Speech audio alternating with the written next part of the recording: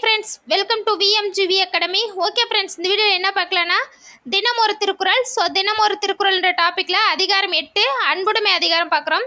So குறள் பாருங்கள், 9வது குறள். புறத்துறுப்பு எல்லாம் எவன் செய்யும் யாக்கை அகத்துறுப்பு அன்பில்லவர்க்கு.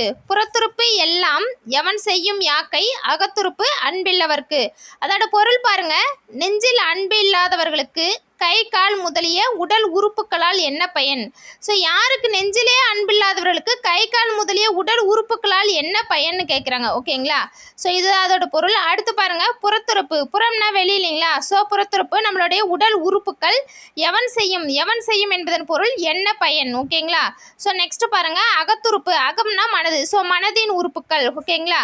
ஓகே ஃப்ரெண்ட்ஸ், இந்த வீடியோ பிடிச்சிருந்தா லைக் பண்ணுங்கள், ஷேர் பண்ணுங்கள், கமெண்ட்ஸ் பண்ணுங்கள், சப்ஸ்கிரைப் பண்ணுங்கள் ஃப்ரெண்ட்ஸ். தேங்க்யூ.